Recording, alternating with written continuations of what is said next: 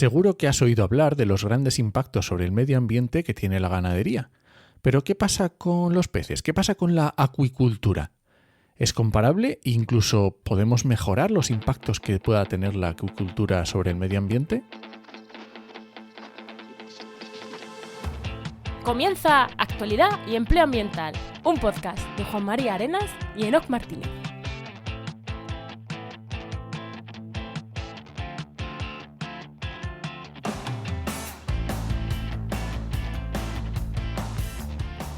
Buenas, soy Juan María Arenas. Y aquí Enoc Martínez. Y este podcast cuenta con el patrocinio de GeoInnova. Profesionales expertos en territorio, medio ambiente y sistemas de información geográfica que puedes encontrar en www.geoinnova.org.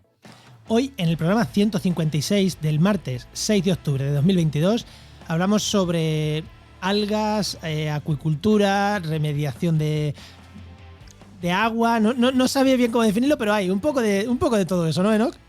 Sí, un poquito de peces, un poquito de... Ahí está. Un poquito de eso, procesos industriales, investigación, bueno, un poquito de todo. Pero antes, Enoc, ¿qué me cuentas esta semana? Uy, pues esta semana te voy a contar una cosa muy interesante que llevamos un montón de tiempo preparando. Y es que sale un nuevo podcast en Podcastidae. Y además un podcast... relacionado con el tema de hoy. Fíjate, qué casualidad, no lo habíamos preparado. Y es el podcast del IEO, podcast del Instituto Español de Oceanografía, que se llama El Hidrófono, Ciencia Marina para Escuchar. Y son 5 capitulitos, 6. Una serie, empieza, acaba, te la puedes escuchar del tirón y está súper chula. No porque la haya hecho yo, ¿eh? De hecho, lo ha locutado, tú lo has editado, ¿no? Lo ha locutado sí. Pablo Rodríguez Ros, que es oceanógrafo. Y ha locutado, ha hecho entrevistas a 10 investigadores, si no me equivoco. Y eso creo que yo también que lo he escuchado, no entero, porque me gusta escuchar una vez que salga, pero sí que he escuchado evidentemente partes y demás. Y, joder... Está muy guay. Y Marta le ha puesto la voz de las entradillas y del final. Yo creo que está muy guay. Yo creo que nos ha quedado un producto chulo. Ahora, bueno, a ver si a la gente le gusta o no le gusta. Muy bien, ¿y tú qué tal? ¿Con qué has estado? Pues mira, yo esta semana con 2 cosas que te voy a contar. Mira, por un lado, Google Analytics, que es una forma de medir estadísticas en muchos de nuestros clientes, hace ya 2 años cambió el sistema actual de estadísticas por otro que se llama GA4. Y como nadie lo estábamos usando el GA4 porque teníamos el anterior y funcionaba de puta madre, la gente no se cambiaba a GA4 y hace unos meses dijo, vale, pues el año que viene, en junio, capamos GA4. Así que, capamos el viejo. Así que vosotros veréis.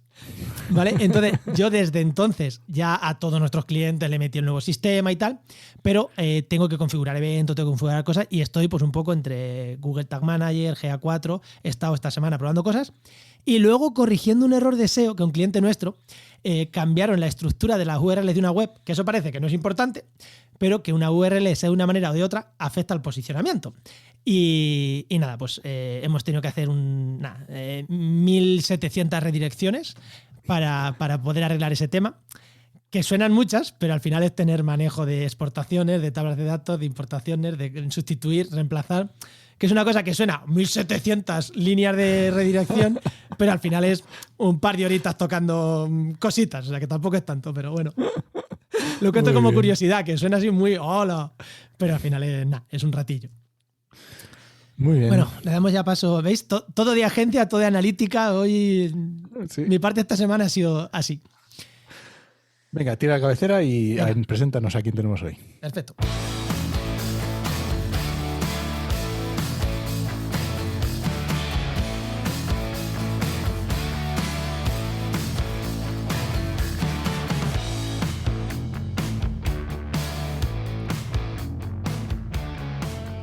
Pues hoy tenemos con nosotros a Elena Villar Navarro, que es graduada en Biología, máster en Gestión Integral del Agua y doctora en Ciencias y Tecnologías Marinas. Muy buenas, Elena, ¿qué tal?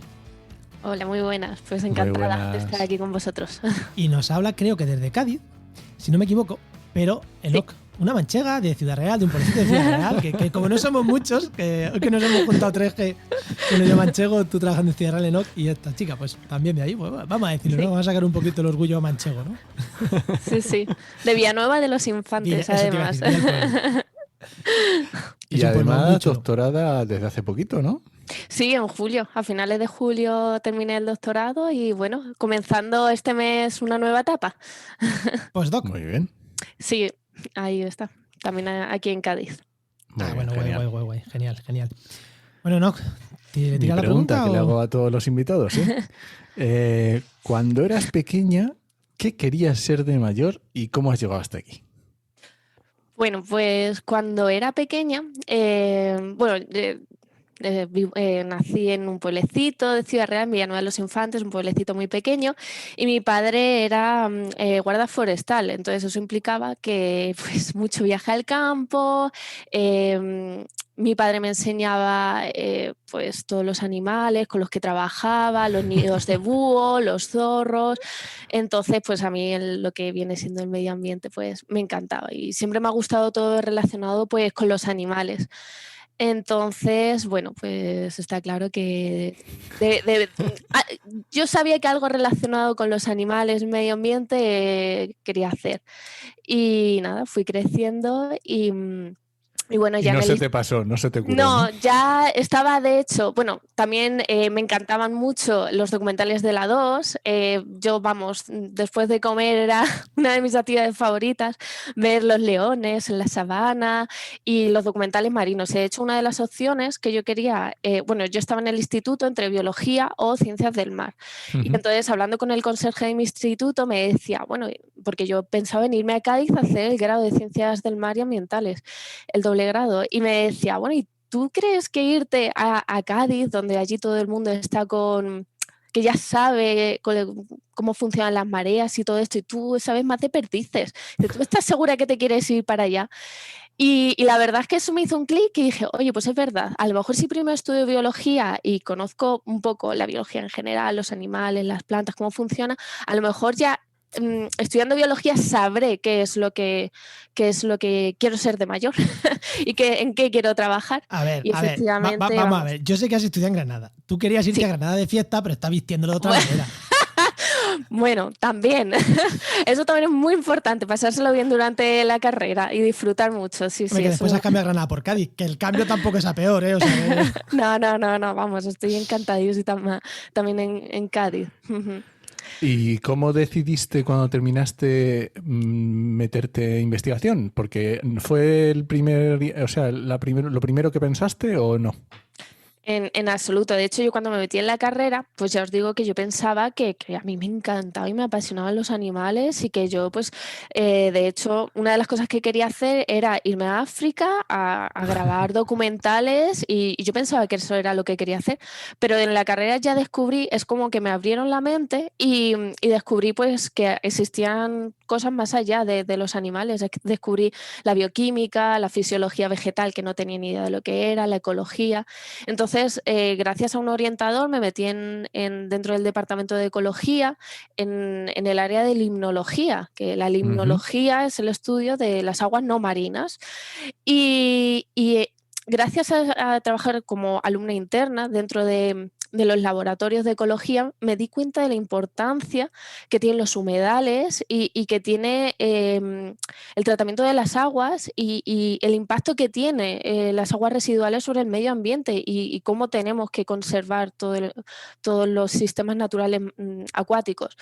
Y entonces, a partir, ya viendo la importancia que tenía eso, dije, ostras, tenemos que depurar las aguas. Y fue cuando dije, ¿cómo se depuran las aguas? Y ahí fue cuando me dio por quiero estudiar las tecnologías de depuración de agua. Eso fue más o menos en el tercer año de carrera. Y ya en tercero, yo que soy una persona que, que siempre estoy buscando más allá, yo en ese momento no sabía ni lo que era una investigación, ni lo que era ser doctor, ni nada. Y lo único que quería era saber más de las tecnologías. Entonces me empecé a informar sobre los másters que había de tratamiento y vi uno en Cádiz y dije, pues allá que me voy a ir a Cádiz, voy a intentar irme a Cádiz pues, a estudiar esas tecnologías, porque además el máster que hay aquí de gestión integral del agua está muy en contacto con las empresas, que era mi objetivo. Quería, pues, lo que yo estudiase, aplicarlo y que fuese algo muy em, que tuviera un impacto sobre la industria. Y entonces, pues me vine aquí a Cádiz y en Cádiz, como en Granada mi trabajo fin de grado había sido de investigación, me propusieron pues seguir investigando. Yo pensaba que en Granada la investigación que hice pues como que no era relevante y nada, y ya en Cádiz me dijeron, bueno, tu trabajo fin de grado estuvo bastante bien, ¿por qué no sigues investigando en vez de hacer unas prácticas de empresa? Y ahí fue cuando conocí al doctor Pablo Lara y a José Antonio Perales, que es mi anterior director de tesis. Tu director de tesis, mi actual ni anterior, claro. Tu director de tesis. Y ahí fue cuando me propusieron hacer un trabajo de investigación del uso de tecnologías convencionales y no convencionales para la eliminación de fármacos en agua residual. Y ahí fue cuando me di cuenta y dije, ostras, si hacer un doctorado y ser investigadora es esto, entonces sí quiero investigar. Y la verdad es que se me dio muy bien también hacer el máster, el trabajo fin de máster, que lo compaginé pues, con hacer el máster, porque además requería mucha dedicación ese trabajo fin de máster, que al final derivó a mi primer artículo científico.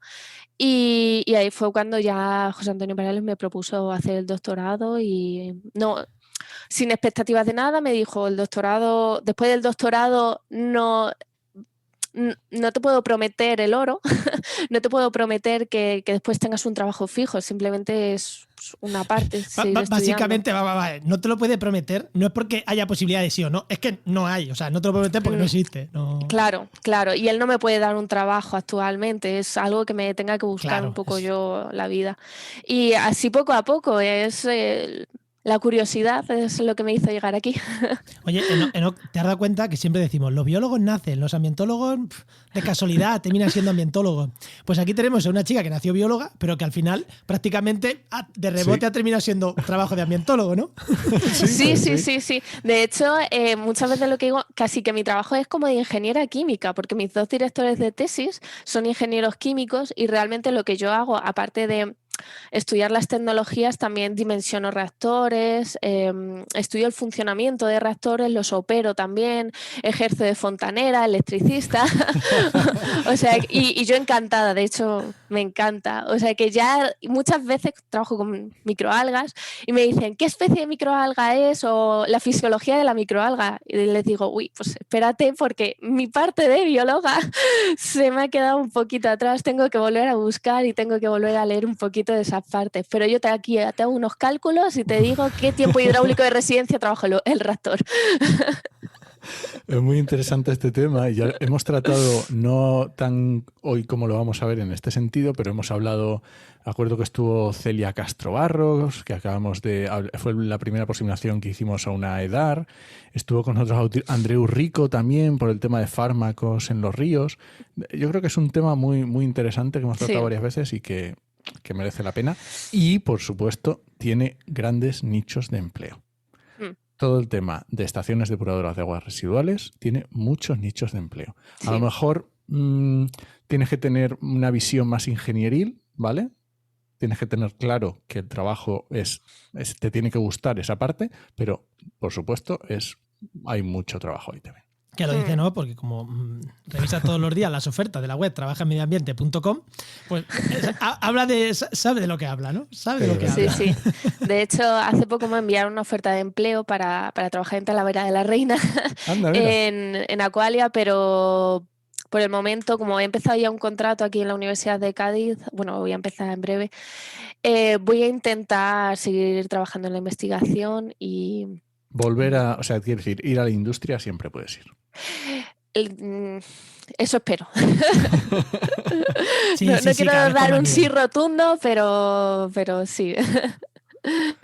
Eso espero. Bueno, ¿vamos con el tema entonces? Venga, vamos con el tema.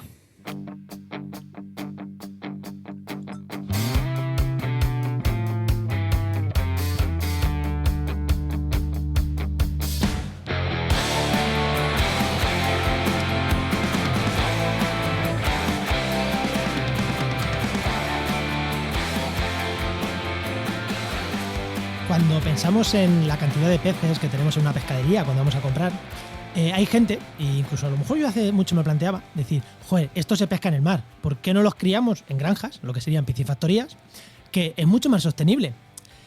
cuando empiezas a conocer cosas dices, ostras, espérate, que igual no es mucho más sostenible una piscifactoría que pescar en el mar abierto, ¿no? Problemas de contaminación de agua, qué hacemos con ese agua, qué hacemos con un montón de compuestos que hay ahí, fármacos. Claro, todo eso tenemos que investigarlo y tenemos que ver si realmente es útil, es más sostenible, si no, si se puede. Oye, vamos a producir en granja, en piscifactoría, pero vamos a intentar producir los menos desechos posibles. Oye, que al igual que los cerdos producen purines, los peces también. Se llaman de otra manera, pero también producen purines. Así que de eso queremos hablar hoy un poquito. Pero vamos a empezar por una pregunta antes de entrar en procesos, antes de entrar en nada. ¿Qué problemas ambientales genera una piscifactoría? Porque eso nos va a dar ya pie a todo lo que vamos a hablar después. ¿Qué problemas genera? Sí, pues según la FAO, la Organización Mundial de la Agricultura y de la Alimentación, indicó que la piscifactoría tiene básicamente, principalmente, dos retos que afrontar durante los próximos años para garantizar la sostenibilidad a largo plazo. Uno de ellos es precisamente el vertido, lo que has dicho, es el vertido de contaminantes, como pueden ser el nitrógeno y el fósforo o el carbono. Que su vertido en el medio ambiente, pues lo que puede provocar es la eutrofización de las masas de agua natural, como por ejemplo lo que ha ocurrido en el Mar Menor. Efectivamente, se llenan de nutrientes y crecen algas y otros.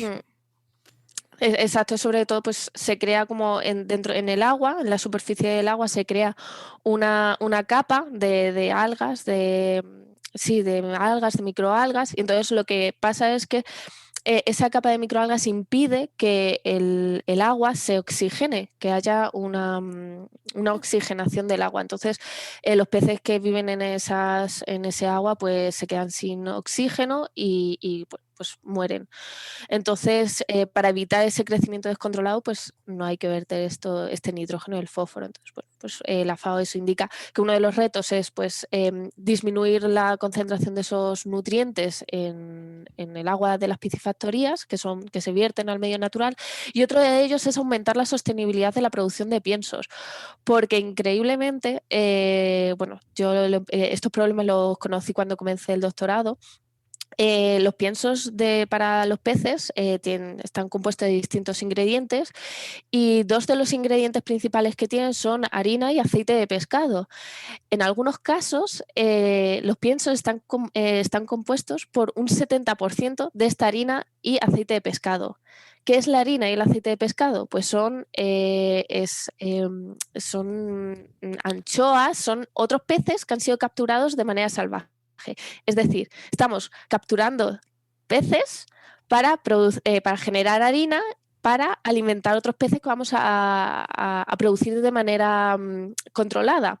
Entonces, al final, eso no es sostenible, porque al final estamos capturando peces salvajes para producir peces en piscifactorías.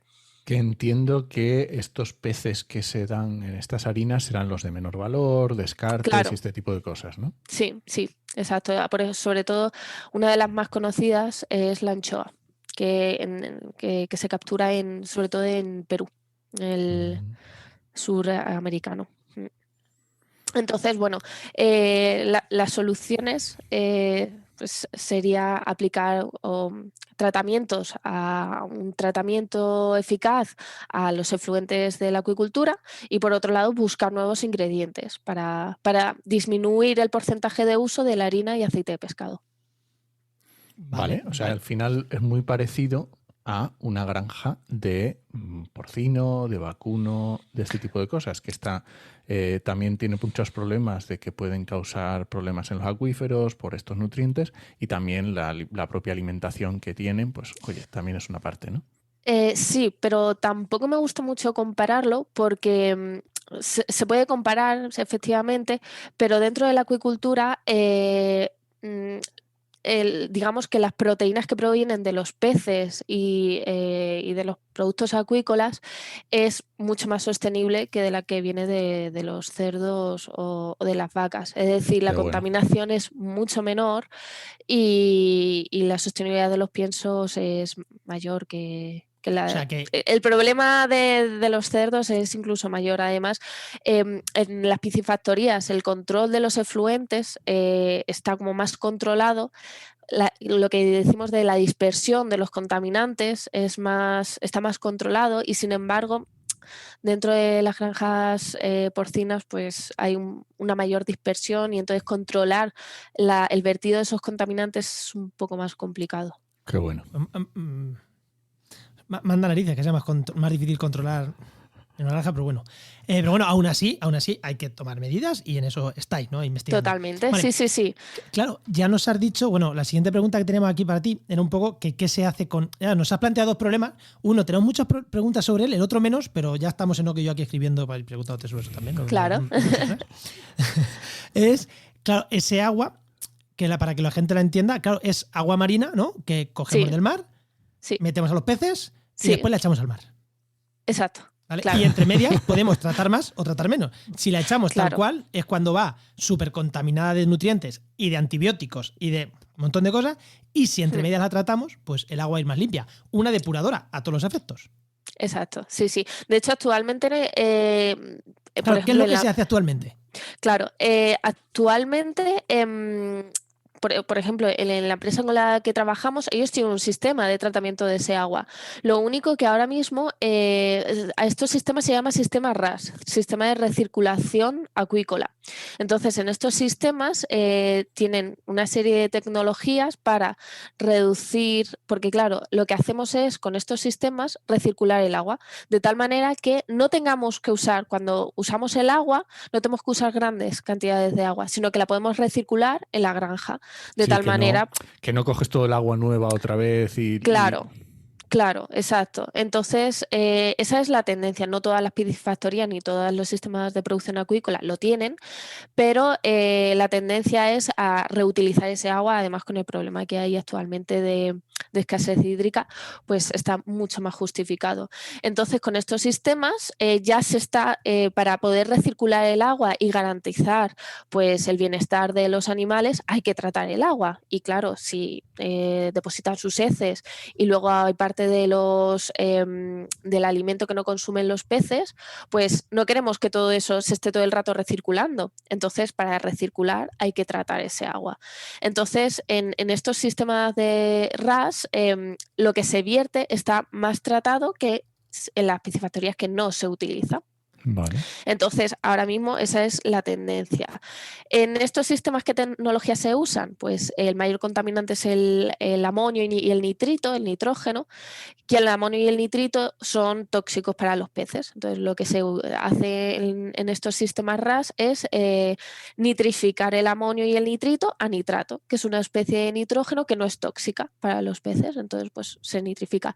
Luego también hay una tecnología para desinfectar el agua, para que todas las bacterias que hay pues no causen daños en los peces, y hay otro sistema de eliminación de los sólidos, que normalmente los sólidos son pues la comida. Hay veces pues de la comida que le echas a los peces no todas se la comen los peces. Entonces pues todo eso que no se comen pues va a un sistema, una filtración mecánica y se eliminan todos esos sólidos. Vale. Entonces normalmente los vertidos de esos sistemas RAS no tienen muchas bacterias, no tienen sólidos, pero tienen nitratos. Entonces, ahí es donde nosotros actuamos. Detalle, ha dicho que no son tóxicos en proporciones pequeñas, en condiciones altas sí. Claro, para que la gente no piense que acumular nitratos ahí como locos. Claro, no. En los sistemas RAS normalmente el biofiltro, en esos sistemas es como que la concentración máxima está controlada. Y para controlarse no se recircula el 100% del agua, sino que entra agua fresca que diluye esa concentración y la mantiene a unas concentraciones de nitrógeno por debajo. Exacto. Sí, es que el amonio y los nitritos sí que son tóxicos casi con presencia. Con que haya un poquito casi ya es tóxico. Sí, exacto. Entonces, bueno, pues nosotros lo que investigamos es todo ese nitrato que sale, pues en vez de ser un contaminante, vamos a aprovecharlo, vamos a darle un poquito la vuelta a la tortilla y vamos a utilizar ese nitrato que se vierte como un recurso. Como... Eso quiere decir que para la gente de la agricultura es el mismo nitrato con el que se abona. Ya no puede dar Exacto. Enoc, ¿qué hablabas? Claro, y ahora, ¿cómo os habéis pensado o cuál es la vuelta que le habéis dado? ¿Qué hacemos con ese nitrato? Claro, en este caso, pues bueno, esto todo parte de todo lo que os he contado dentro del proyecto SANRAS. La primera fase fue pues investigar distintos sistemas de producción acuícola y entonces vimos dentro de distintos sistemas de producción cuál era el que más nos interesaba. Por eso elegimos el sistema RAS y por eso he hablado del sistema RAS. Entonces nuestra idea fue aprovechar ese nitrógeno, ese nitrato, para cultivar microalgas. Igual que hemos hablado antes de la eutrofización y que las microalgas pueden ser perjudiciales para el medio ambiente, nosotros lo que hacemos en nuestros reactores es cultivar esas microalgas de manera controlada. Igual que la eutrofización crecen las microalgas de manera descontrolada, nosotros en nuestros reactores las cultivamos, hacemos que crezcan con ese nitrato de manera controlada, de tal manera que de un contaminante que es el nitrato pasamos a que se llame recurso, reutilizamos ese nitrato para producir algo de valor que son las microalgas. Pero vamos a ver, si nos has dicho que en el Mar Menor la han liado parda, ¿para qué vamos a querer esas microalgas? Bueno, pues para eso estamos nosotros, para cultivarlas de manera controlada, que no se escapen y bueno, y igual que en el Mar Menor, nosotros lo que ocurre de manera descontrolada en la eutrofización son blooms de microalgas, es decir, ahí crece la microalga salvaje óptima en ese entorno. Nosotros podemos elegir qué microalga va a crecer en ese entorno y la elegimos dependiendo de distintos parámetros, dependiendo de el valor nutricional que tenga esa microalga, la capacidad de eliminar ese nitrato, de capturar ese nitrato, el crecimiento, la velocidad de crecimiento de la microalga. Pues estudiamos distintos parámetros. De hecho, en los experimentos que nosotros realizamos dentro de nuestro proyecto, primero tenía una parte de escala de laboratorio, que trabajamos con muchas microalgas, con 6 especies de microalgas y un bloom, y luego a escala piloto, que ya en la misma piscifactoría, y ahí fue pues nosotros podemos utilizar microalgas o una específica o un bloom, que es pero todo bajo condiciones controladas. Cuéntanos lo que es un bloom, que es como una mezcla, ¿no? Una mezcla de diferentes especies, ¿no? De hecho, la palabra bloom, que es una palabra inglesa, nosotros la utilizamos comúnmente, pero en castellano sería como florecimiento, ¿no? El bloom lo único que es dentro del agua, de hecho en casi todas masas de agua naturales siempre va a haber microalgas. Ajá. Lo único, aunque el agua sea transparente, lo único a lo mejor hay una célula, 2 células. Si tú coges el agua y la estancas, al final esa célula se va a ir duplicando y va a ir creciendo hasta que de manera natural la microalga naturalmente presente en ese agua va a crecer y va a poner el agua, como nosotros le llamamos, lo pone verde o naranja si fuese de otro color. Entonces pone verde el agua. Entonces un bloom para nosotros o generar un bloom es estancar el agua para que crezcan células de microalga que están naturalmente presentes. Vale. ¿Qué pasa? Que dependiendo de las condiciones ambientales van a crecer unas microalgas. Claro. Por ejemplo, ahora en invierno crecen un tipo de microalgas que no necesitan, por ejemplo, tanta luz, y en verano van a ser más, como digamos, más potentes, otro tipo de microalgas, se van a hacer fuertes otras microalgas que van a quitar a las otras, las van a echar a un lado y van a aprovechar los nutrientes mejor y entonces pues crecerán otro tipo de microalgas. Habéis investigado tanto con especies de algas concretas de aquí solo crece la que yo quiero. Exacto. O decir, que crezca lo que Dios quiera, ¿no? Exacto. Y además eso tiene unas ventajas y unos inconvenientes, por supuesto. Una microalga en condiciones ambientales. ¿Qué es lo bueno de cultivar una microalga? Pues que tú sabes, tú vas a tener muy controlado cuál va a ser su productividad y sobre todo cuál va a ser la calidad de la biomasa. Porque si es una microalga, más o menos el rango ya sabes por cuál te vas a mover y durante todo el año sería igual. No. Es que claro, aquí creo que nos hemos saltado un paso. Uy. Porque estás hablando de calidad de biomasa, calidad nutricional. ¿Me estás contando qué vas a hacer con estas microalgas que estás produciendo? Claro, eso es. Es que lo interesante de la biotecnología de microalgas, de utilizar la tecnología de microalgas, es que estamos limpiando el agua, estamos eliminando los nutrientes, los contaminantes del agua a la misma vez que estamos produciendo biomasa de microalgas. Que biomasa de microalgas, cuando nosotros cosechamos, cuando separamos la microalga del agua, al final lo que se queda es como una nocilla verde. Además tiene como la misma textura de una nocilla, pero verde. Entonces, pues al final eso, el resultado final de poner estos reactores es, tenemos un agua limpia, que la podemos verter sin problema al medio ambiente, y además tenemos una biomasa de microalgas, que con ella pues se pueden hacer varias cosas. Vale. O sea que el objetivo aquí es coger la nocilla. Vale. Entonces, exacto. Pensando en la nocilla... Bueno, limpiar el agua y la nocilla. Pensando en la nocilla verde, ¿qué ventajas e inconvenientes tiene lo que decías de coger una sola o...? Claro, que si cultivamos una sola especie de microalgas, lo que nosotros llamamos monocultivo, lo bueno es pues que tenemos condiciones más controladas de cultivo, eso sería lo bueno, una biomasa que durante todo el año podemos saber cuál va a ser la composición de la biomasa durante todo el año. Pero los inconvenientes es que a nivel ambiental, al solo tener una biomasa, o sea, una especie de microalga, si tenemos un contaminante, se nos contamina el agua pues con zooplancton o con un invasor, como todas las células son iguales, todas caen. O si ocurre un cambio de temperatura muy brusco, todas van a caer. Entonces, a eso se le llama pues que se nos cae el reactor, se mueren las microalgas. Y sin embargo, con el bloom, la desventaja es que durante todo el año nos va a variar la composición unicelular del reactor, es decir, que en cada época del año vamos a tener distintos tipos de microalgas.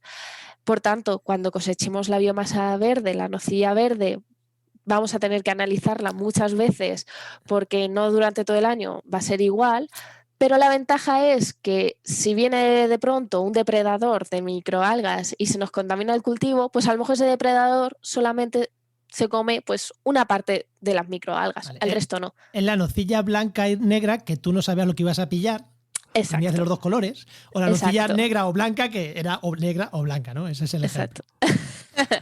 Claro. Y entonces, digamos que para condiciones ambientales es más fuerte y más duradero un bloom. Tú te aseguras que durante todo el año vas a tener tratamiento, pero la composición de la biomasa va a ser más variable. Puede ser más o menos interesante que un monocultivo. Todo es cuestión de investigarlo. Pero sabes que todo el año lo vas a tener. Y a la hora de limpiar el agua, entiendo que una mezcla va a limpiar mejor que una alga específica, ¿o no? ¿O lo tenéis tan controlado que sabéis exactamente, oye, de aquí está entrándome tantos nitratos, tantos fosfatos, tanto no sé qué, y un antibiótico, con este alga me lo limpio todo? Claro, lo podéis controlar más, pero por otro lado, que un alga te quite todo, claro, si tú tienes una mezcla, pues oye, si hay más nitratos, pues crecerá más un alga, y si hay más fosfatos, pues crecerá más otra. Claro. ¿O no? Es que de hecho no te puedo responder a esa pregunta, porque es lo que estamos investigando. Porque tenemos que ver tanto la calidad de la biomasa con un bloom. No solamente es posible hacer un experimento, por ejemplo, de 4 meses. Tienes que hacer un experimento de al menos un año entero. Entonces, tienes que operar durante las 4 estaciones para ver si durante las 4 estaciones se depura bien el agua, se limpia bien el agua, y durante las 4 estaciones qué calidad de biomasa obtenemos. Entonces, son estudios muy largos los de... Y hacer réplicas es complicado, porque son años. Exacto. Sí, y sobre todo con reactores de 6.000 litros, que es con el que nosotros utilizamos. 6.000 litros da para una ducha larga, ¿eh? Sí, y para unos largos. Vale, y has hablado varias veces de la calidad de los nutrientes de estas algas. ¿Qué medís? ¿Para qué sirve? ¿Cómo se puede tratar eso? ¿Cómo se puede utilizar? La calidad de lo que viene siendo la biomasa. De la nocilla, la nocilla verde. De la nocilla. Eso. Claro, nosotros, muy interesante la pregunta, igual que, por ejemplo, cogemos la nocilla y nosotros vemos al reverso la calidad de esa nocilla o de cualquier alimento. La calidad es mala en general. La calidad de la nocilla. O del pan, de cualquier cosa, normalmente viene dividido en 3 compuestos principales, que son las grasas, los carbohidratos y los lípidos. O sea, Eso y es. las proteínas, perdón. Entonces, pues eso mismo nosotros hacemos. Vemos qué contenido en proteínas tiene, qué contenido en carbohidratos, es decir, azúcares tiene, y qué contenido en lípidos, en grasas, qué contenido de grasas tiene. Entonces, lo primero que hacemos es ver los porcentajes totales de proteínas, lípidos, carbohidratos, igual que las cenizas. Es decir, la ceniza es la parte inorgánica, es la resta del total. Entonces, una vez que ya sabemos pues, los lípidos, las proteínas y los carbohidratos que tiene, vemos la calidad de esos lípidos, los lípidos que son las grasas. ¿Cuál es la calidad? Pues se habla mucho del DHA, del EPA, de qué cantidad tiene de ácidos grasos poliinsaturados, digamos los buenos, y de qué calidad de ácidos grasos monoinsaturados, que serían como los malos, entre comillas. Y de proteínas igual. Las proteínas al final es un conjunto de aminoácidos. Pues lo mismo, vemos las proteínas que tienen, pero es que no todas las proteínas por lo menos, bueno, eso ya lo diré más adelante, pero queremos saber los aminoácidos que componen esas proteínas, el perfil de aminoácidos. ¿Para qué queremos saber esto? Pues para luego utilizar esta nocilla como un ingrediente que podemos utilizar para la elaboración de piensos para peces. Vale, o sea que sería sustituir en parte, pero claro, si ahora mismo el pienso para peces, y ya vamos cerrando el círculo. Claro, o sea, tenemos agua contaminada. O sea, tenemos agua en piscifactoría y tenemos peces que comen. Y hemos dicho que el problema aquí es el agua y la comida. El agua ya estamos viendo que hay maneras de depurarla. Ahora entraremos en proceso industrial y tal, pero hay maneras de depurarla. Y conseguimos un agua limpita que nos sirve otra vez para volver a los peces o para echarlo al mar.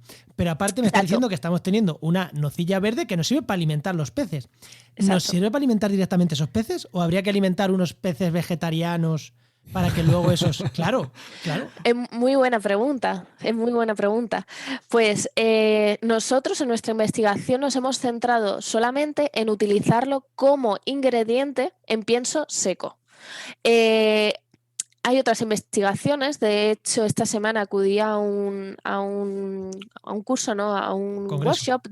Sí, pero es de un día solamente, donde se expusieron los resultados de un proyecto que se llama Alga Diet y fue súper interesante porque se puede aportar estas microalgas de distintas maneras, como tú has dicho, en fresco o en pienso. Nosotros una investigación muy amplia, entonces solamente podíamos hacer una experimentación, un tipo de experimentación. Y nuestra decisión fue utilizar esta biomasa de microalgas para como un ingrediente, la utilizamos seca, la secamos y la utilizamos como un ingrediente, en este caso para sustituir la harina de pescado.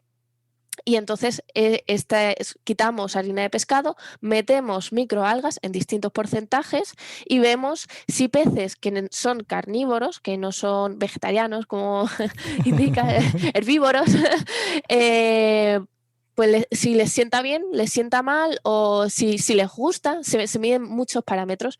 Entonces la siguiente parte del proyecto fue esa, coger esa nocilla, la secamos, se introdujo en los piensos que normalmente comen, en este caso fue de lenguados, y les dimos de comer. Durante el experimento duró 3 meses. Se hizo la experimentación con lenguados y bueno, se analizaron distintos parámetros. Teníamos un pienso control, que es el pienso que ellos normalmente comen. Y ese se quitó una parte de harina, como he dicho, harina de pescado, se añadió la microalga en un 10% y en un 20%. Y vamos a ver si les gusta, si se las comen, si crecen, si la calidad del filete, si el filete tiene acumulado más ácidos grasos poliinsaturados, el sistema inmune ha mejorado. Vimos pues distintos parámetros. Y así, en una palabra, ¿sirve, no sirve? Sirve. Obtuvimos buenos resultados con referencia. ¿Hay diferencias entre el control y las microalgas? No hay diferencias. Claro, eso es un buen resultado en vuestro caso. No queréis encontrar resultados, es lo ideal, no encontrar. Claro, no queríamos encontrar diferencias, porque si los peces crecen menos con las microalgas, mal. Nosotros queríamos que funcionase, nuestro pienso funcione igual que un pienso normal y corriente. De hecho, en el caso de la composición del filete, al parecer los peces, ahí sí hubo diferencias significativas. En los peces se retuvieron más ácidos grasos poliinsaturados que en los alimentados con el control. Y en el sistema inmune, la respuesta del sistema inmune fue mayor también en los peces alimentados con microalgas. Pues si ya lo dicen las Qué madres, bueno. sí que come fruta. Totalmente, totalmente. Y esto también tiene su lógica porque pensemos en la cadena trófica del mar.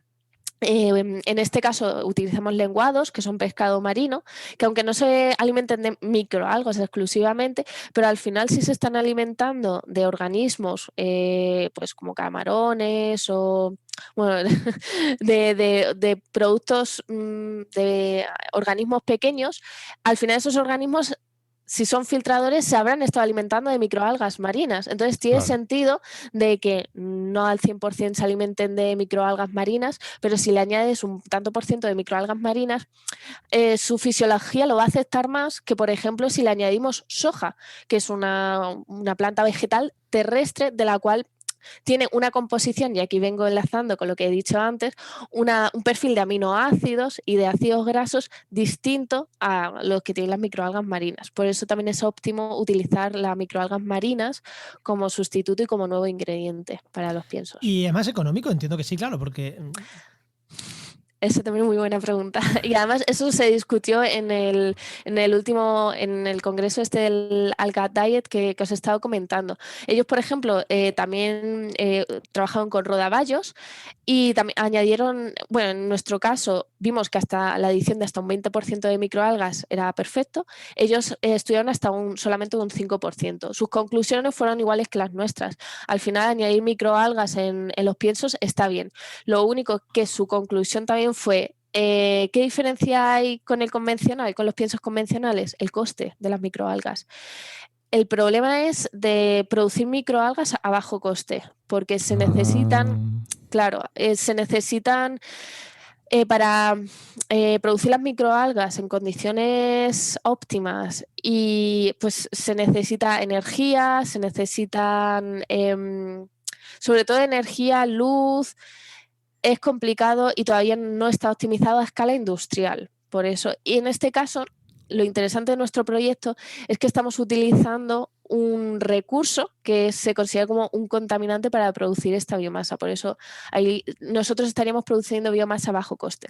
La diferencia y además tiene otra parte buena, que tú estás quitando o estarías, digamos, quitando una parte de depuración, que sería un coste para esa piscifactoría, la estás sustituyendo por una producción de un recurso. O sea que yo creo que, jolín, está bastante bien. Esta es muy interesante. Bueno, y de aquí tampoco me gusta vender las cosas y venderla y quedarme aquí. No, esta tecnología también tiene una serie de problemas. Por ejemplo, en grandes ciudades sería viable instalar la biotecnología de microalgas, poner reactores de microalgas, porque ahora, ¿qué superficie necesitamos para por ejemplo, utilizar todo ese agua? ¿Cómo son los procesos industriales de esto? Porque tú ya estás hablando de tanques de 6.000 litros, que eso ya es interesante, pero... Y es muy pequeño. Eso te iba a decir, y me parece pequeño. O sea, yo no me ha parecido tan grande, 6.000 litros, ¿eh? Claro, pero a escala industrial, ¿qué necesitaríamos? Claro, por ejemplo, para que os hagáis una idea, porque también en la tesis doctoral en el proyecto Sanras hemos hecho un análisis tecnoeconómico. En nuestro grupo de investigación no nos gusta quedarnos en la investigación y ya está, sino también nos gusta saber la viabilidad a mayor escala y su aplicación en ambientes reales. Entonces, en este estudio tecnoeconómico lo que calculamos es el coste del tratamiento del agua y también la superficie necesaria para depurar el agua. Entonces, como nosotros hemos trabajado en colaboración con Cupimar, que es una piscifactoría de lenguados de aquí de la zona de Cádiz, hemos simulado qué superficie sería necesaria para tratar todo su agua. En este caso, para una producción para tratar el agua de una piscifactoría que tiene una producción de unos 450 toneladas de lenguados al año, sería necesario poner 5 hectáreas de reactores de microalgas. Es una superficie muy grande. En este caso, ¿tenemos esa superficie? sí que la tenemos. En este caso sí que la tenemos esa superficie, o sea que sería viable a mayor escala. El problema es adaptarlo a otras piscifactorías. Ya. Es decir, que la biotecnología de microalgas, en este caso para depuración de agua, es muy interesante, pero para eso es lo que nosotros llamamos son tecnologías extensivas. Necesitamos grandes superficies de terreno que a lo mejor en el centro de Madrid pues, no es viable. Es que a lo mejor una piscifactoría en el centro de Madrid tampoco es muy viable. Tampoco. Llamarme loco, ¿eh? Llamarme loco. No, pero sí, tienes razón que ahora estoy pensando en otros tipos de recursos que también llevan mucha superficie, como puede ser, por ejemplo, la fotovoltaica, que es una de las principales pegas que se le pone. Pues oye, es normal que estamos ahí sensibles con esos temas, ¿no? Sí, y de hecho, bueno, ya hablando con la fotovoltaica, ya también te comento que dentro de este análisis tecnoeconómico, porque claro, imagínate, los reactores de microalgas tienen unos motores y también la separación del agua con las microalgas, pues eso conlleva una energía, porque nosotros, nuestra propuesta es centrifugar el cultivo de microalgas para separar la biomasa del agua. Eso conlleva gastos energéticos. Entonces, nuestra propuesta es, ya que estamos utilizando 5 hectáreas de superficie, pues con cultivos de microalgas, ¿qué pasaría si encima de los reactores ponemos placas fotovoltaicas? Entonces, para eso está otro proyecto en el que estamos actualmente trabajando, que vamos a averiguar si la superficie máxima que podemos tapar del reactor de microalgas para que sigamos teniendo la misma productividad y que no afecte la productividad. Porque de hecho hay veces que nos ha pasado que para algunas especies de microalgas tenemos que tapar el reactor al principio. Porque aparte nosotros utilizamos del sol la radiación PAR, que es la que utilizan las plantas para hacer la fotosíntesis, pero también está la radiación ultravioleta. Claro. Entonces, dependiendo del cultivo, si la radiación ultravioleta es muy alta, tenemos que tapar un poco el cultivo para que no afecte, para que no dañe a las microalgas. Entonces, por eso es interesante ver cuánto podemos tapar del reactor de microalgas con estas placas fotovoltaicas para aumentar la sostenibilidad o para garantizar la sostenibilidad de estas plantas. Oye, Enoc, hicimos un programa que era de agrovoltaica. Ahora tenemos piscivoltaica. Energía piscivoltaica. Sí, bueno, señor. eso cuando en el programa 250 vuelves por aquí, nos cuentas eso, nos cuentas lo otro que has dicho que todavía no nos podías contar que estabais investigando ahora. Te vienes por aquí y nos actualizas un poco, ya que nos actualizas un poco cómo está toda esta investigación. De hecho, yo siempre que me preguntan por ejemplo, en la revista mispeces.com, por colaborar para divulgar nuestros resultados científicos, es lo que siempre digo, que al final nuestros proyectos, la financiación de nuestros proyectos es pública. Entonces, eso implica que la población tiene que saber qué es lo que estamos haciendo, dónde va ese dinero y por lo menos que sepan un poco hacia dónde vamos y por qué es necesaria la investigación. Porque al final nosotros no hemos construido una planta de nivel, pero hemos dado un buen pasito, paso para seguir avanzando en modelos más sostenibles y por lo menos en la piscifactoría, pero que también es aplicable a otras industrias. Oye, no hemos dicho ni una vez la palabra economía circular y esas cosas. Ni una en todo el programa, ¿vale? Yo lo dejo aquí porque evidentemente había que decirlo. Bueno, pues muchísimas gracias, Elena, porque creo que hemos empezado planteando un problema, hemos terminado procesos industriales que en el futuro llegarán a partir de vuestra investigación. Esperemos que sí, crucemos los dedos. Creo que le hemos dado un buen repaso, ¿no? No sé si se te ha quedado algo o podemos ir muchas gracias, ¿no? Elena. Lo único, cuéntanos un poco dónde la gente que nos escucha, dónde te puede buscar o los proyectos dónde están, dónde los pueden estar enterados. Pues redes sociales. Sí, de hecho en mi Twitter, que ya lo he hecho un poco más público, antes era un poco más privado, pero por el tema de la divulgación científica, al final he decidido hacerlo un poco más público y solamente poner noticias sobre nuestra investigación. Mi Twitter es @ElenaVillarN. Y ahí me pueden seguir y bueno, en LinkedIn también hay veces que subo cosas, pero sobre todo soy bastante activa en Twitter. Y luego también recomiendo, por ejemplo, seguir a mispeces.com, que también es una una empresa de noticias increíble de tema de piscifactorías y bueno, de acuicultura en general. Y bueno, pues si me seguís por ahí, yo siempre suelo poner, allá a los seminarios que vaya, siempre suelo poner al menos alguna foto indicando qué es lo que se hace y también las investigaciones. Pues genial.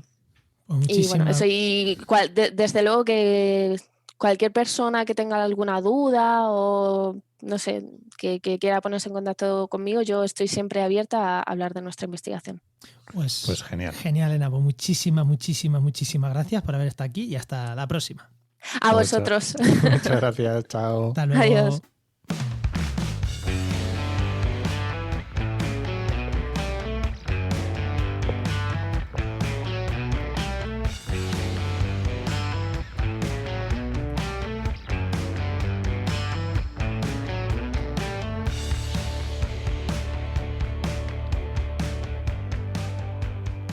Enoch, qué ganas tenía de escuchar esta musiquita. Porque eso quiere decir que tenemos por aquí con nosotros, después de algunos programas que no ha podido estar, a nuestro amigo Luis Quesada, director de Heinova. Muy buenas, Luis, ¿qué tal?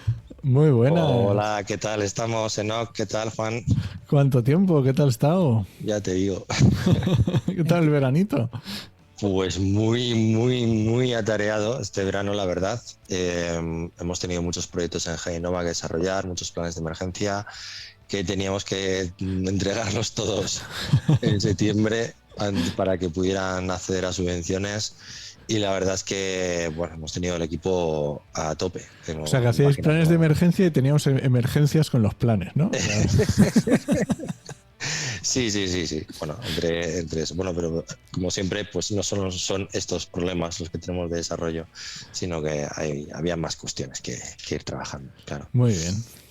Pues muy bien. Bueno, yo estar porque ya sabéis que me operaron y un poco complicado todo. Los oyentes no lo saben, pero Luis tuvo una pequeña operación, tampoco no fue nada grave, pero una pequeña operación que bueno, también lo ha tenido fuera de las cámaras y de los micros un tiempo. Aunque él currando estaba, pero ahí ya sabemos.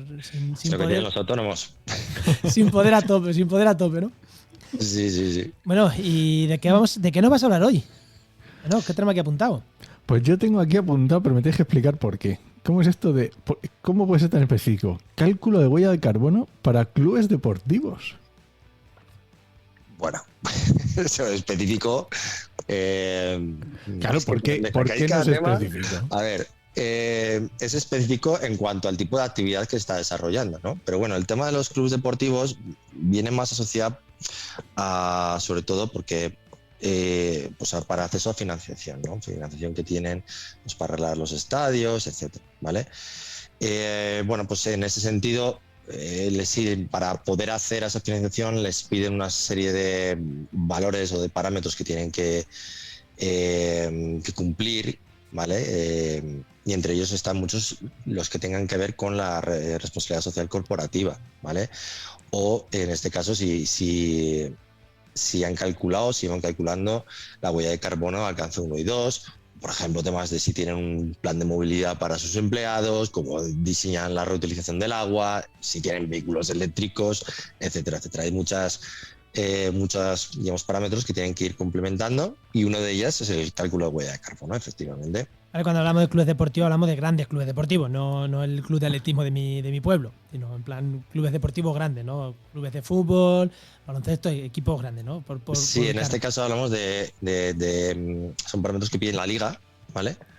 La liga de fútbol profesional. La liga, sí, la liga de fútbol, ¿vale? Y de hecho ellos tienen elaborados una especie de un formulario a propósito, ¿no? Con todos los parámetros que tienen que ir rellenando, porque claro, hay pocos municipios,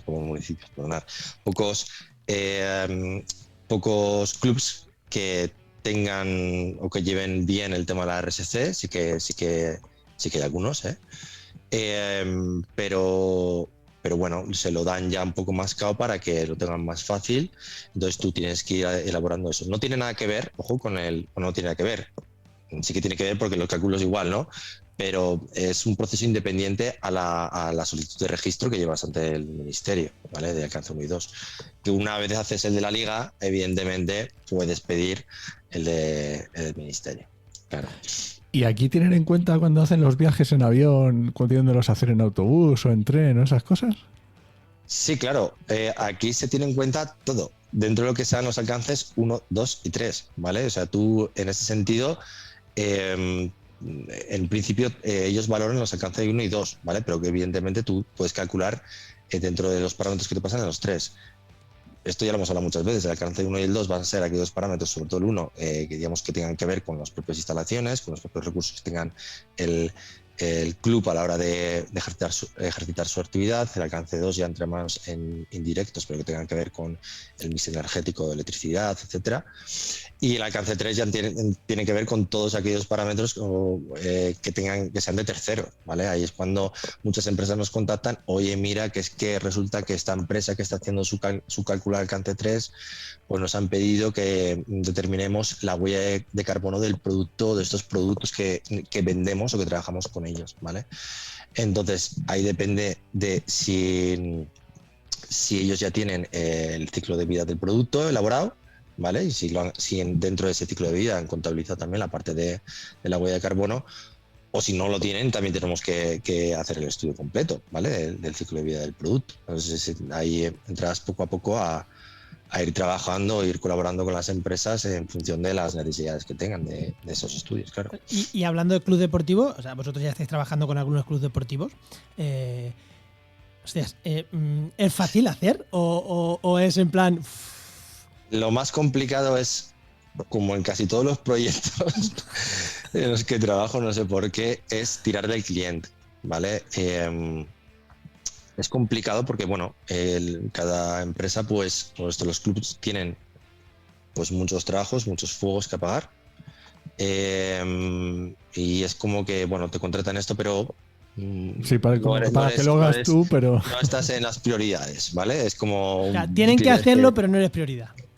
Hombre, es prioridad, pero no quema, no es súper urgente, ¿sabes? No es lo que tienen en la cabeza porque es lo que saltan los medios, ¿sabes lo que quiero decir? Entonces, sí que les interesan y yo creo que poco a poco casi todos los clubes van teniendo mayor conciencia. Ojo con lo que digo, que no hay que cogerlo con pinzas, porque después tenemos lo que tenemos. Pero evidentemente, bueno, yo creo que es un deber de los clubes, de las empresas, etcétera, intentar hacer algo por reducir las emisiones que tienen a la hora de producir las actividades. Pero esto en todos, o sea, todas las empresas deberían de empezar a ver que es una obligación que tenemos todos, pero una obligación no porque nos la impone el Estado, sino porque tenemos que tener una conciencia de lo que está pasando con el cambio climático, de lo que estamos emitiendo y lo que estamos violentando el cambio climático. Sí. Y además que incluso lo que tú decías, que una cosa también es lo que dices tú, la urgencia de decir, bueno, a lo mejor la junta directiva o la parte de arriba del escalafón de la empresa sí que quiere implantarlo, pero no es una prioridad. Pero claro, cuando entras en este caso decías los clubes deportivos, por la liga, pero claro, cuando entras en una empresa, a lo mejor lo que dices tú, un proveedor te lo pide, a lo mejor quieres entrar en un determinado sello y te piden no sé qué, quieres una subvención y te pide... En este caso ha dicho Luis ya que para que la liga les dé ciertas ayudas necesitan presentar este tipo de cosas, con lo cual no es urgente, pero sí es urgente, porque dices, ostras, voy a gastar un día, 2 días en pasarle a Luis toda la información que me está pidiendo, pero es que voy a recibir dinerito gracias a esto por otro lado, que voy a pagar el trabajo de Luis y muchas más cosas. Claro, efectivamente, o sea, no es moco de pavo lo que al final están recibiendo para la financiación, ¿vale? Esto pasa, y cada vez lo están pidiendo más en todos sitios. Bueno, de hecho, la última modificación de la Ley 21/2003 de evaluación de impacto, pues incide en todo lo que son calculados huella de carbono, etcétera. Es que ya lo tienes que estar aplicando en todos los proyectos. De hecho, proyectos que nos vienen ahora es adaptación de la evaluación de impacto ambiental, que lleva ahí parada un año, y ahora les están pidiendo que lo adapten, por ejemplo, ¿vale? O lo que está pasando, por ejemplo, con el concurso de conexión a red eléctrica, que dentro de los valores que están pidiendo, ¿vale? Está el que tengas el sello de alcance 1 y 2 con reduzco o con el compenso, ¿vale? Es decir, o que tenga los dos, ¿vale? Cosa que o lo llevas de hace muchos años o no puedes tenerlo, ¿vale? Entonces, ese tipo de cuestiones cada vez son más valoradas. Otra cosa es después la a UCCC, que tiene un poco de saturación en proyectos en estos momentos y tú pides una solicitud y están, vamos, saturados. No sé por qué, pero antes te daban un registro de 10 días. Ponte. Y he tenido yo registros en 3 días. O sea, que pasabas y en 3 días tenías ya lo tenías a vuelta. Y ahora, solicitudes que hemos hecho desde principios de agosto que no saben ni cuándo van a poder tramitarla. Si es que agosto es muy malo, se va la gente de vacaciones, se acumulan los proyectos, los autónomos seguimos trabajando ahí, mandamos cosas, los funcionarios han ido de vacaciones, nos las sacan y ahora ya atasco. Claro, bueno, eso puede ser una razón y otra por razón es que justamente pues hay 200.000, ¿sabes? De la conexión a red eléctrica, con el dinero que se mueve ahí, la cantidad de megavatios que se van a implantar y están en juego, es que no sabes la cantidad de empresas que en estos momentos está optando al concurso, ¿eh? Es que es increíble lo que hay. Bueno, Luis, Enoc, ¿algo más de preguntarle a Luis o vamos dejando temas para otro día? No, mejor hagamos para otro día, hombre, que nos lo cuente. Pues nada, Luis, un placer como siempre y un placer de verdad tenerte de nuevo aquí, que 2 o 3 programas sin escucharte que llevábamos. Entre el verano por medio y varios que no has estado, se te echaba de menos, Luis. El placer es mío, ya lo sabéis. Hasta luego. Venga, hasta luego. Venga, chao. Recuerda que esta sección te llega gracias a nuestro patrocinador, a GeoInnova. Profesionales expertos en territorio, medio ambiente y sistemas de información geográfica. Y que puedes encontrar en www.geoinnova.org.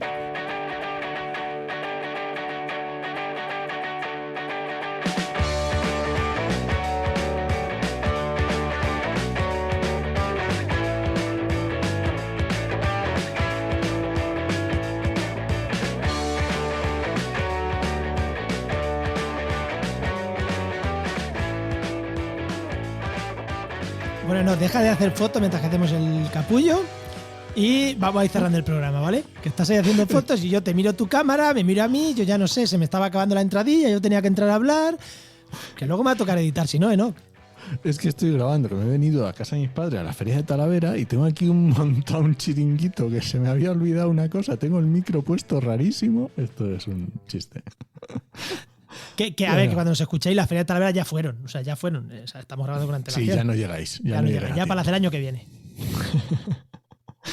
Bueno, te recomiendo un podcast. He dicho esto, no, yo hoy mismo me voy a la feria de mi pueblo también. Yo no me he ido todavía, bien. Pero me voy al terminar de grabar, recojo al peque del cole, comemos y nos vamos. Muy bien, ahí San Mateo. Las mías no son de San Mateo, da igual, son las ferias de todas las, yo que sé, no sé, yo que sé de qué santos son, las ferias. Bueno, de uno seguro. De alguno, San Sebastián, yo que sé. Bueno, San Munera. Te recomiendo un podcast, ¿vale? Venga. Por supuesto, ¿cuál te voy a recomendar? El Hidrófono, porque a ver, acaba de estrenarse, si es que hay que escucharlo. El Hidrófono, ciencia marina para escuchar. Un podcast del Instituto Español de Oceanografía. Efectivamente, bien chulo que nos ha quedado. Hala, pues venga, vámonos. Pues nada, este podcast pertenece a la red de podcast Podcastidae, la red de podcast de ciencia, medio ambiente y naturaleza. Y muchísimas gracias por compartir este programa, por los comentarios que nos dejáis siempre en redes sociales. Oye, muchísimas gracias también si escucháis el del IEO y nos comentáis. También lo hemos hecho nosotros de nuestra agencia de Oikos y la difusión de Oikos MSP y la difusión de Podcastidae. También está guay que nos comentéis en el del hidrófono, ¿eh? Tampoco vamos a ponernos aquí. Se agradece todo el feedback. Y nada, te esperamos en el siguiente programa de actualidad y empleo ambiental. Nos escuchamos. Adiós.